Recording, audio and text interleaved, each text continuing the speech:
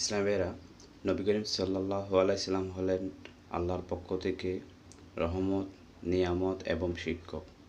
পবিত্র কোরআনে আল্লাহ সুবহানাহু ওয়া তাআলা বলেন, ওয়ামা আরসালনাকা ইল্লা রাহমাতাল লিল আলামিন।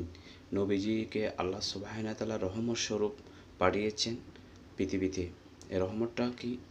নবী করিম সাল্লাল্লাহু আলাইহি সাল্লাম সাহাবীদেরকে তারবিয়াত অর্থাৎ ইসলামের যে বিধিবিধানগুলো হাতে কলমে প্র্যাকটিক্যাল শিক্ষা দিয়ে আল্লাহর জমিনে আমাদেরকে শিক্ষা দিয়েছেন, যাতে আমরা সেই অনুপাতে আমরা চলতে পারি।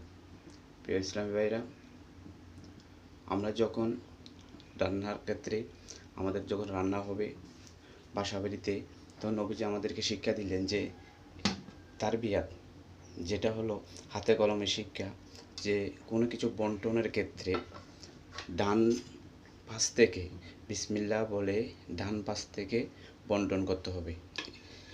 এই যে একটা রান্না হলো, ডান পাশ থেকে বিসমিল্লাহ বলে এখান থেকে জিনিসটা বন্টন করা হবে। তাহলে কি হবে? আল্লাহ সুবহানাহু ওয়া তাআলা সেই রান্নার মধ্যে, সেই খাওয়ার মধ্যে বরকত দান করবেন। এই তারবিয়াতটা নবীজি আমাদেরকে শিক্ষা দিয়েছেন। ইসলামের আমরা যদি নবীজির শিক্ষা যদি আমরা গ্রহণ করি, তাহলে আমরা অনেক ফায়দা পাবো, আমাদের জীবনটা সুন্দর হবে। আসুন আমরা নবীর আদর্শে আদর্শিত হই।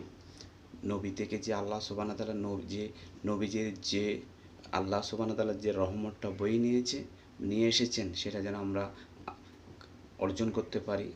আল্লাহ যেন আমাদেরকে সহায় হন। আমিন।